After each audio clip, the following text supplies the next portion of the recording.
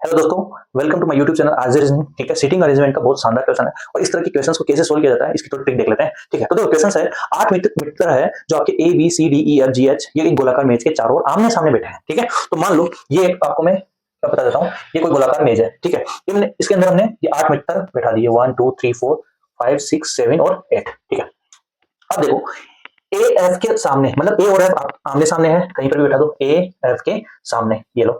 ठीक है, और ई के दाएं से दूसरा है। तो इंपॉर्टेंट चीज ये हो जाती है यहाँ पे कि ये जो चीज है और ये वर्ड ये किसके लिए यूज हुआ है, ए के लिए यूज हुआ है, एफ के लिए। तो वेरी वेरी इंपॉर्टेंट है, जब और वर्ड आ जाए तो ये पहले वाले के लिए इंपॉर्टेंट है, और जब जो वर्ड आ जाए ठीक है तो वो आता है आपका पहले वाले के लिए, मतलब जस्ट बगल में रहता है ये वाला। ठीक है, तो जो और वर्ड है वो जो इससे दूर है, इससे दूर कौन है, ए के लिए यूज हुआ है। तो ए एफ के सामने और ई के दाएं से दूसरा है कौन, ए ई के दाएं से दूसरा है तो बायां, क्योंकि सब सर्किल के वर्ग के अंदर केंद्र की तरफ मुंह करके बैठे, और ये वाला हो जाएगा आपका दायां बार। ठीक है, ये चीज पता होना चाहिए, माइंड में होना चाहिए, लिखने की जरूरत नहीं। ठीक है, तो देखो ए ई के दाएं से दूसरा है, तो ई के दाएं से दूसरा है, तो ई का दाएं वाला भाग, तो ई के दाएं से ई का ये रहा, तो दाएं से दूसरा, तो इसका दाएं तरफ 1 और 2 पर सही है। ठीक है, बी और डी आमने सामने बैठे हैं, बी और डी आमने सामने बैठे हैं। ठीक है, जी सी और ए के बीच में है, जी कहां है, सी और ए के बीच में है। तो देखो, तो जी कहां है, सी और ए के बीच में है, तो जी यहां बना देता हूं और सी यहां बना देता हूं।